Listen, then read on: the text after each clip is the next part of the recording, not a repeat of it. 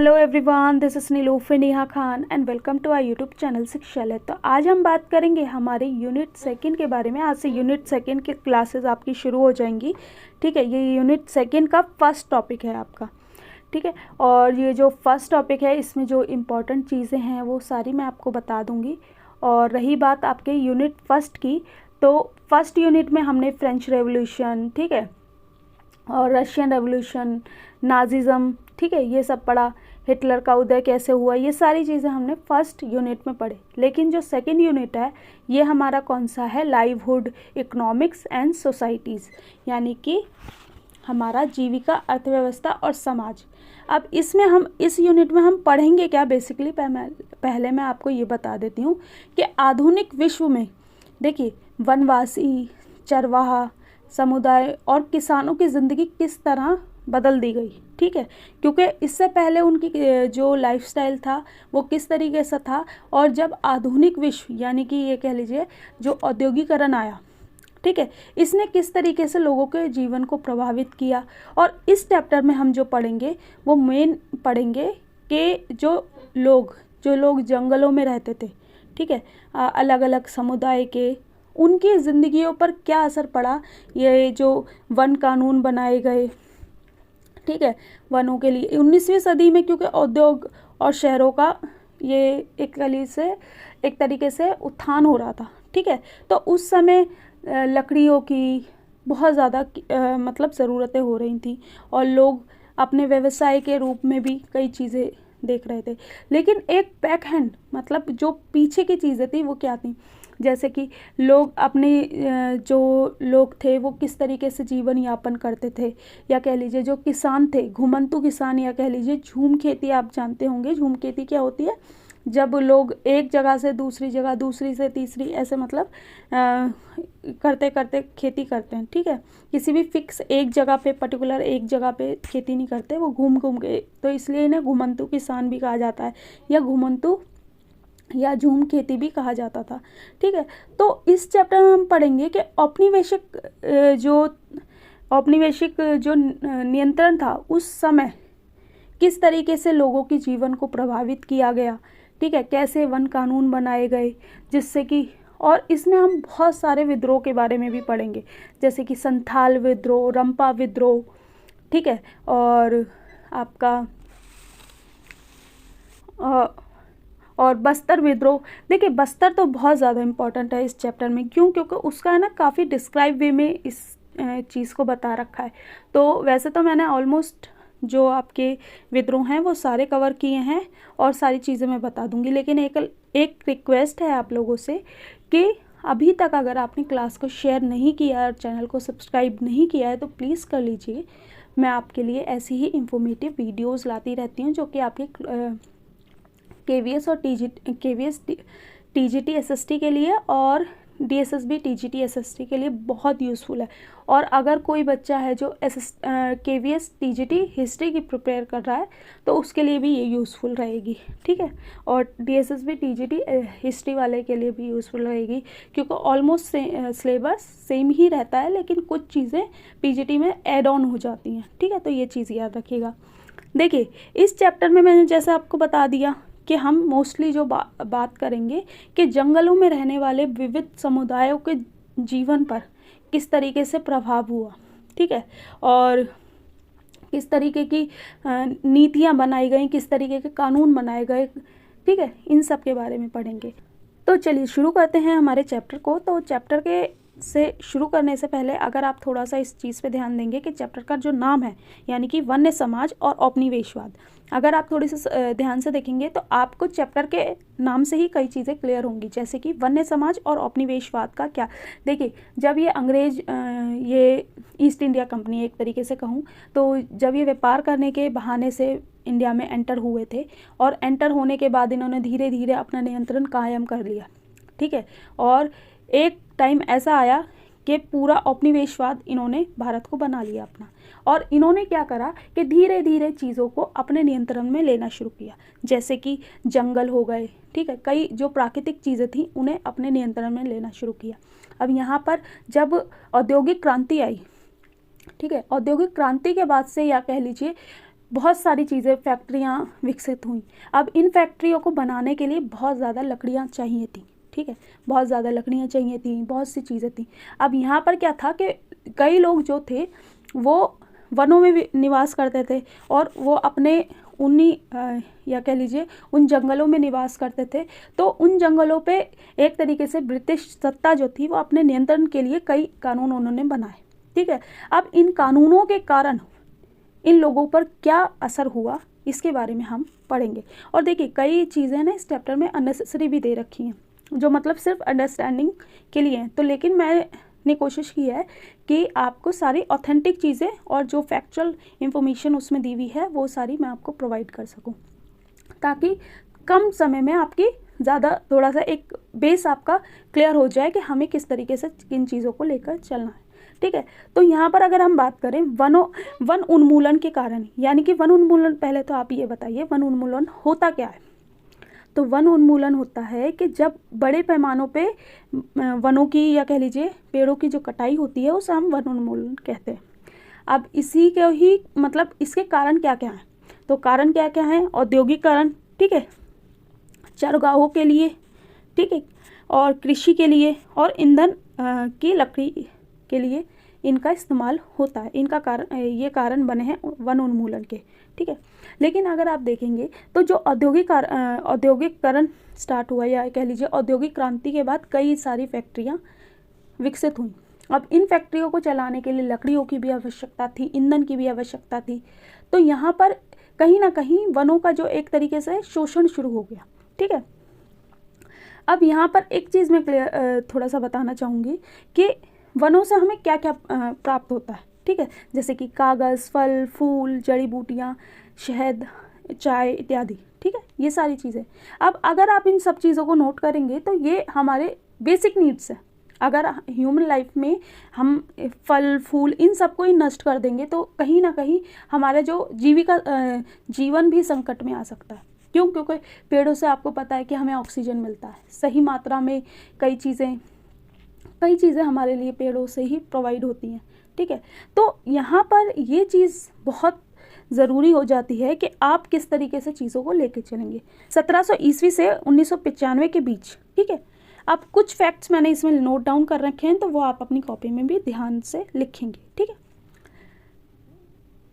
139 लाख वर्ग किलोमीटर जंगल यानी कि दुनिया का कुल क्षेत्रफल का 9.3 भाग विभिन्न उपयोगों की वजह से साफ कर दिया गया।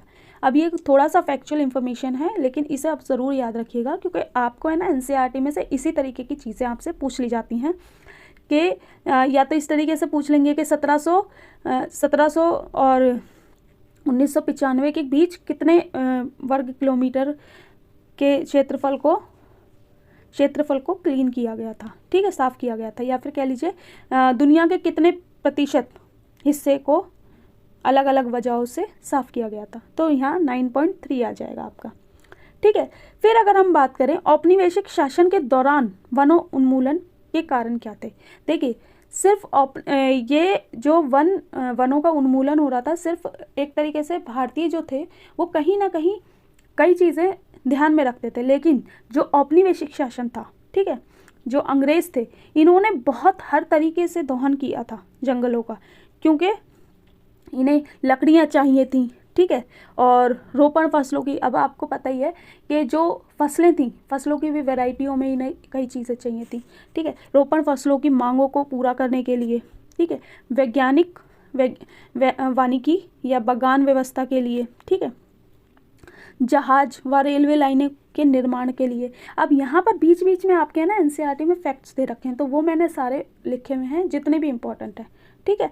तो आप ये ज़रूर, और ये जो नोट डाउन मैंने किए हैं ना पॉइंट्स, ये इसलिए किए हैं ताकि आपकी एक अंडरस्टैंडिंग लेवल बिल्ट हो सके, आपको चैप्टर समझ आए कि एग्जैक्ट इस चैप्टर में है क्या। वैसे अगर मैं बताऊँ तो आपको इस चैप्टर में ना ज़्यादातर जो फैक्ट्स हैं वो बहुत इंपॉर्टेंट हो जाएंगे, क्योंकि इसमें थोड़ा सा आपके फैक्ट्स पे ज़्यादा ध्यान दिया जाएगा। व्यापारिक कृषि को बढ़ावा देने के लिए, देखिए अभी तक जो कृषि थी वो कहीं ना कहीं अपने जीवन यापन के लिए थी, लेकिन व्यापारिक कृषि को बढ़ावा देने के लिए भी वनों का उन्मूलन हुआ। और क्या हुआ, जंगलों को साफ़ किया गया, राजस्व को बढ़ाने के लिए, जैसे कि आपको पता है कि ये जो राजस्व यानी कि कर व्यवस्था को बढ़ाने के लिए, ठीक है, औद्योगिक उत्पादन के लिए, देखिए कच्चे माल के लिए की जो आवश्यकता, और आपको मैंने लास्ट चैप्टर में भी पढ़ाया था, लास्ट जो हमारा टॉपिक था कि एशिया में और अफ्रीका, ठीक है, एशिया और अफ्रीका ये ऐसे एक तरीके की ऐसे संसाधन बन चुके थे ना पूरे विश्व या कह लीजिए यूरोप के लिए, जो कि कच्चे माल की उपलब्धता कराते थे इन्हें, ठीक है। तो ये भी कारण था कि इंडिया में इतना ज़्यादा तेज़ी से वन उन्मूलन हो रहा था उस समय, ठीक है। इसके बाद अगर हम बात करें, डाइटरिच नाम का एक व्यक्ति था जिसे भारत का पहला वन महानिदेशक बनाया गया। अब ये क्यों बनाया गया? क्योंकि अंग्रेज़ों को बाद में ये चीज़ें रियलाइज़ हुई कि कहीं ना कहीं उनके जो ये दोहन की एक जो प्रक्रिया है, ठीक है, या कह लीजिए ये जो दोहन कर रहे थे लोग भी और औपनिवेशिक सरकार भी, तो इसकी वजह से कहीं ना कहीं विश्व पर इसका असर पड़ रहा था, ठीक है। तो ये अंग्रेजी सरकार ने ही वनों के बचाने के लिए एक व्यक्ति को नियुक्त किया गया जो कि था डाइटरिच, ठीक है। और यही पहले महानिदेशक बने, वन महानिदेशक बने, ठीक है। और इन्होंने ही क्या किया, 1864 में भारतीय वन सेवा की स्थापना की, ठीक है। और ये याद रखिएगा कि कब स्टार्ट की है, 1864 में, और इसके बाद इन्होंने क्या करा, 1865 में वन अधिनियम को सूत्रबद्ध किया में, ठीक है। और उसके बाद क्या हुआ कि 1878 में वन अधिनियम के द्वारा वनों को 3 श्रेणियों में बांटा गया, ठीक है। कितनी श्रेणियों में? 3 श्रेणियों में। अब ये जो डाइटरिच थे, इन्होंने क्या करा कि जंगलों के प्रबंधन के लिए कई सुझाव दिए। कौन कौन से सुझाव दिए थे?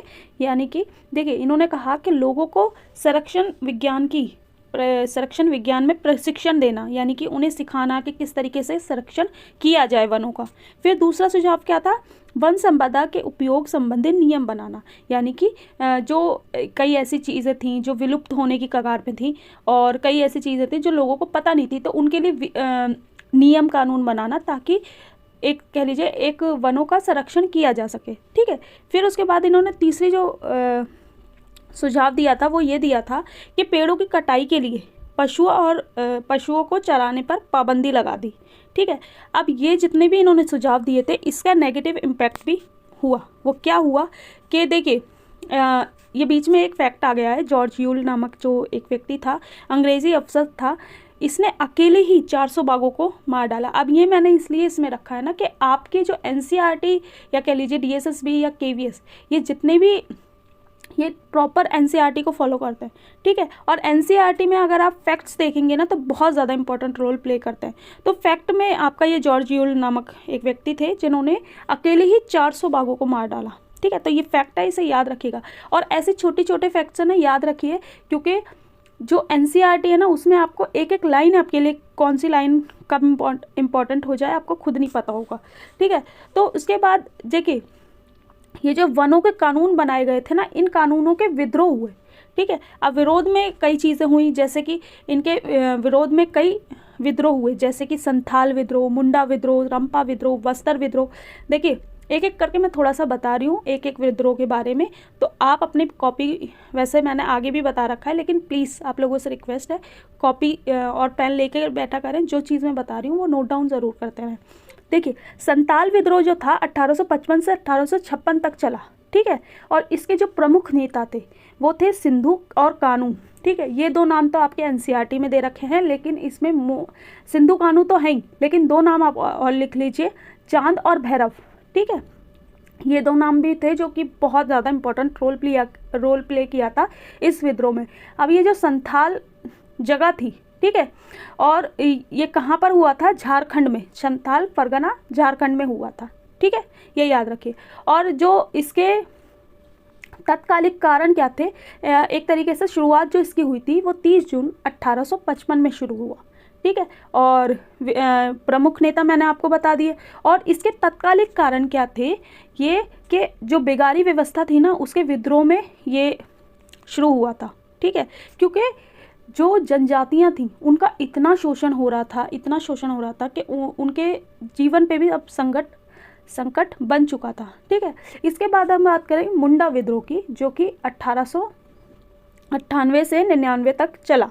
ठीक है, अब इसमें जो मेन कैरेक्टर था वो हमारे थे बिरसा मुंडा। ठीक है, अब ये जो घटना है ये कहाँ की है, छोटा नागपुर झारखंड की। ठीक है, छोटा नागपुर झारखंड की है। अब इसमें जो ये बिरसा मुंडा थे, इन्होंने ये कह लीजिए एक उड़गुलान करके एक व्यवस्था या कह लीजिए एक प्रक्रिया कही थी, जिसमें कि ऐलान कह लीजिए, मतलब एक तरीके से का आगाज़ किया था, जिसमें इन्होंने कहा कि हमारी ज़मीन, हमारा जल, हमारी दावेदारी, यानी कि जो आदिवासियों की ज़मीनें छीनी जा रही थी वो सारी चीज़ें उनको वापस दी जाएं, वो उनकी हैं। एक तरीके से लोगों को प्रोत्साहित किया कि जितनी भी चीज़ें ये अंग्रेज़ रूल्स हमारे ऊपर लगा रहे हैं या फिर रूल रेगुलेशंस हमारे ऊपर कर रहे हैं, ये सारी चीज़ें हमारी हैं। ठीक है, तो ये एक व्यवस्था थी। इसके बाद अगर हम बात करें रंपा विद्रोह की, और हाँ इसमें मुंडा विद्रोह में फिर अगर बात करें रंपा विद्रोह की, तो रंपा विद्रोह ये 1922 से 1924 तक चला, और इसमें जो मोस्ट इम्पॉर्टेंट कैरेक्टर थे वो थे आपके अल्लूरी सीताराम।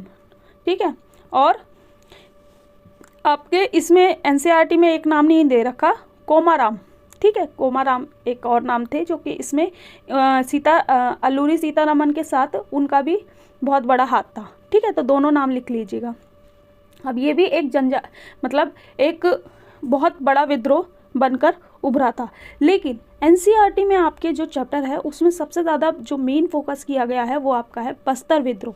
अब ये जो बस्तर विद्रोह था ये 1908 से 1910 तक चला। ठीक है, और इसमें इसको लेकर बहुत ज़्यादा मतलब काफ़ी चीज़ें इंफॉर्मेशन आपको दी गई हैं एनसीईआरटी में, जैसे कि बस्तर विद्रोह के मुख्य कारण क्या थे। वनों की को आरक्षित कर दिया गया था।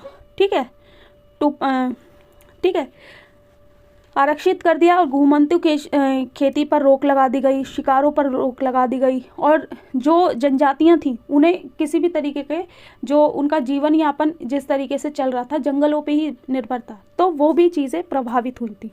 ठीक है, बाकी मैं आपको अभी बता देती हूँ। अब हम बात करेंगे झूम खेती या घुमंतु खेती के बारे में। देखिए, वैसे तो मैंने इसमें आपको पूरा चरण नहीं लिखे इसके, वैसे मैं आपको समझा देती हूँ, है ना। और इन नामों को ज़रूर याद रखिएगा। ये जो जितने भी नाम मैंने लिखे हैं ना, इन्हें कहीं नोट डाउन करके अपने स्टिकी नोट्स में लिख कर लगा दीजिएगा। देखिए, झूम खेती या फिर कह लीजिए घुमंतु कृषि जो थी, ये व्यवस्था कैसी थी कि जंगलों के कुछ भागों को साफ करके जला दिया जाता था। फिर क्या होता था, मानसून की पहली बारिश जो होती थी उसमें उस राख में ही बीज बो दिए जाते थे। फिर अक्टूबर से नवंबर तक, ठीक है, फसल काटी जाती थी। फिर उसके बाद क्या होता था, फिर उस स्थान को 12 या 18 वर्ष तक छोड़ दिया जाता था। ठीक है, फिर यही प्रोसीजर बार बार घूमता रहता था। ठीक है, अब यहाँ पर कुछ है ना स्थानीय नाम दे रखे हैं, जैसे कि दक्षिण पूर्वी एशिया में लादिंग कहते हैं इसे, और मध्य अमेरिका में मिल्पा। ठीक है, अफ्रीका में चितमेन या तावी। ठीक है, श्रीलंका में चेना, भारत में इसे धाया या पैदा, बेवर, नेवड़। ठीक है, झूम, पोड़ू, खंदाद और कुमारी। ठीक है, ये सब नाम हैं इंडिया के। ठीक है, इसके बाद अगर हम बात करें तो देखिए, जितने भी मैंने आपको विद्रोह बताए थे उनके मैंने यहाँ पर आपके लिए थोड़े से नोट्स बना दिए थे। जैसे कि संथाल विद्रोह में, जैसे मैंने अभी आपको बताया, सिंधु और कानू, और बाकी इसमें वो एड ऑन को ज़रूर कर लीजिएगा, कौन कौन से नाम, चांद और भैरव। ठीक है, और यहाँ पर तत्कालिक कारण क्या थे, बेगारी जो व्यवस्था थी उसके विद्रोह में ये विद्रोह शुरू हुआ था। ठीक है, कहाँ हुआ था, झारखंड में हुआ था। मुंडा विद्रोह कहें तो इसमें प्रमुख नेता कौन थे, बिरसा मुंडा, जो कि छोटा नागपुर जगह में हुआ था। ठीक है, झारखंड, ये भी झारखंड में। रंपा विद्रोह, ये विद्रोह क्या था, अल्लूरी सीतारमन और कोमाराम करके दो व्यक्ति थे जिन्होंने इसमें महत्वपूर्ण भूमिका निभाई। अब बस्तर विद्रोह की बात करें तो बस्तर विद्रोह जो था वो गुंडाधुर करके जो नेता थे उनके नेतृत्व में किया गया था, और ये बस्तर छत्तीसगढ़ में हुआ था। ठीक है, अब यहाँ पर एक फैक्ट है वो ज़रूर याद रखिएगा कि बस्तर में मारिया और मुरिया, गोंड, दुखा, भतरा, हलवा आदि अनेक आदिवासी समुदाय रहते थे। अब यहाँ पर ये चीज़ लिखने का मेरा पर्पस सिर्फ और सिर्फ ये है ना कि ये ना जो जनजातियाँ ये पूछ ली जाती हैं, कई बार एग्जामिनर पूछ लेता है कि ये इनका संबंध किससे है या फिर ये क्या है। ठीक है, तो बस्तर में थी कौन कौन सी, मारिया, ठीक है, मुरिया, गोंड, है ना, ये सारी जनजातियाँ थीं। अब यहाँ पर मैं अब आपको देखिए, हाँ, और जो आपका जो बस्तर था, बस्तर विद्रोह था, उसके मुख्य कारण क्या थे मैं आपको बता देती हूँ। इसमें मुख्य कारण क्या थे कि वनों को जो आरक्षित कर दिया गया था, घुमंतू खेती पर जो रोक लगा दी गई थी, ठीक है, वनों के उत्पाद से एकत्र पर रोक, यानी कि वनों की जो उत्पाद थे उन्हें एकत्र करने पर रोक थी, बिना किसी सूचना के व क्षतिपूर्ति के गाँव वालों को विस्थापित करना, ठीक है, और बढ़ी हुई लगान व्यवस्था से भयभीत होना। इसी वजह से यही कारण थे जो कि बस्तर में विद्रोह हुआ था, ठीक है, इसका। फिर उसके बाद अगर हम बात करें कि कुछ महत्वपूर्ण बिंदु की, इसमें कई महत्वपूर्ण बिंदु आपको देखने को मिलते हैं, जैसे कि 1906 में देहरादून में इंपीरियल फॉरेस्ट रिसर्च इंस्टीट्यूट की स्थापना की गई, ठीक है। अब ये जो इंस्टीट्यूट था, इसमें पहली बार इस तरीके की शिक्षा दी गई कि वैज्ञानिक वानिकी पद्धति की शिक्षा दी गई थी, ठीक है। और वैज्ञानिक पद्धति एक ऐसी पद्धति है जिसमें प्राकृतिक वनों की कटाई कर उसके कतारदार तरीके से एक ही प्रजाति के पेड़ लगाए जाते हैं, ठीक है। इसे बागान व्यवस्था भी कहते हैं, ये याद रखिएगा।